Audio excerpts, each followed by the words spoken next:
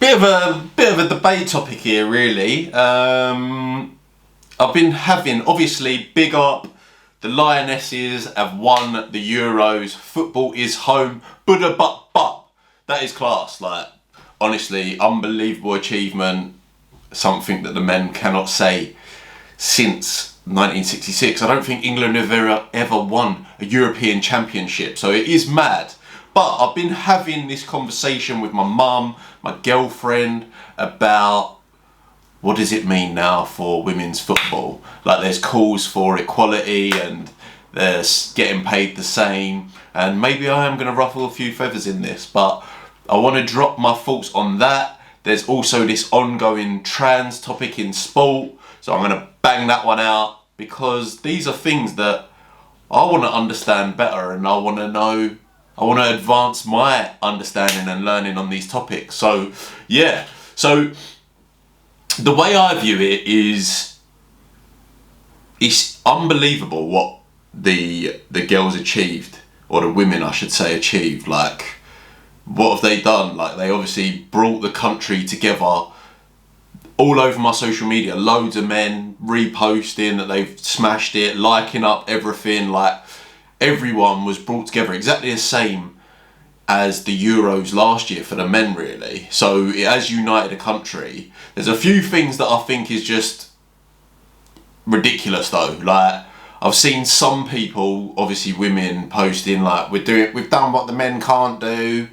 Like, just accept that the women have united the country. Don't try and create clear like sides or whatever. Do you know what I mean? They've done something unbelievable, and probably 10 years ago, not a lot of people would have been tuned in to see what happened, but obviously they filled a stadium of 87,000 people to watch the final. And I won't lie, like, I'm not an avid women's football watcher, but I most definitely tuned in for the final, and it was unreal to see. The first goal for us, bloody hell, that was majestic.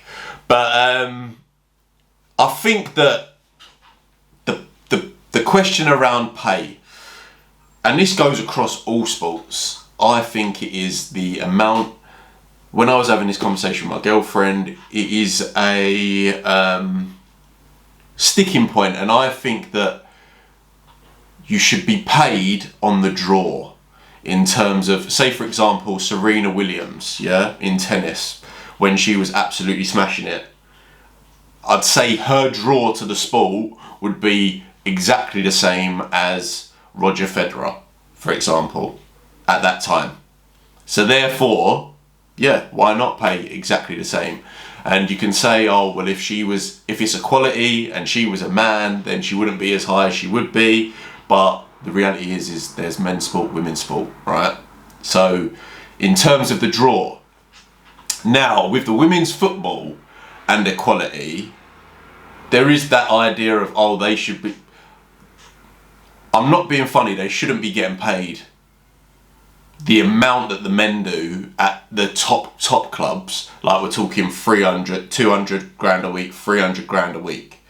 I'm not saying they could never get there, but what I'm saying is, right now, the draw to the men's game is a lot more than the women's. Although this tournament proved that there is so much more to the women's game. Like, I see Alex Scott saying,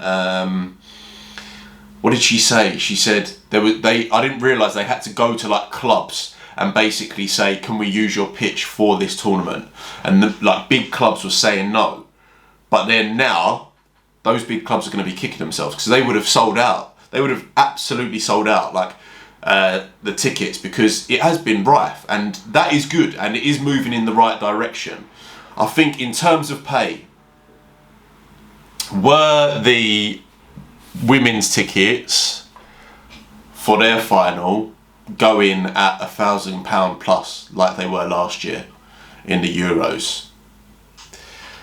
Probably not. But if you're, I don't know how the pay structure is, but let's say the England men's get paid a percentage of that ticket price, then that's exactly what should happen with the women's. So if the men's tickets are £1,000 and the women's are like £100, then the percentage of each should be the same. If the women's are selling at £500, £700 or £1,000, then they should get exactly the same amount of money.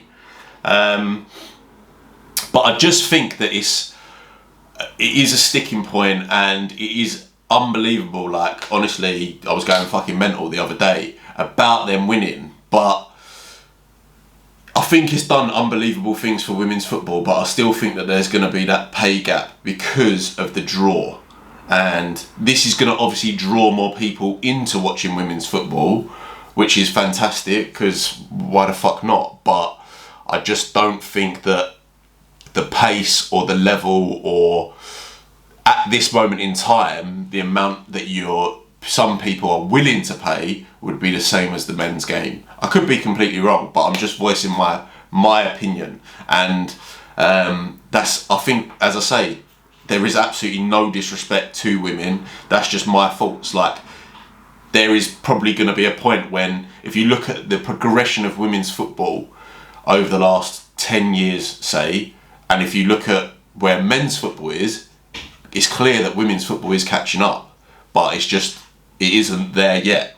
So it's moving in the right direction, but to call for equal pay now, I think, is a little bit far off. And then the next topic that I want to talk on is transgender athletes. And to be honest, I want to know what you think. In my head, that's an absolute no. Like, you have women that work their entire lives to dedicate themselves to a sport, they're disciplined and whatever, and all of a sudden someone with a different chemical makeup, like their DNA is different, comes in and takes that opportunity away.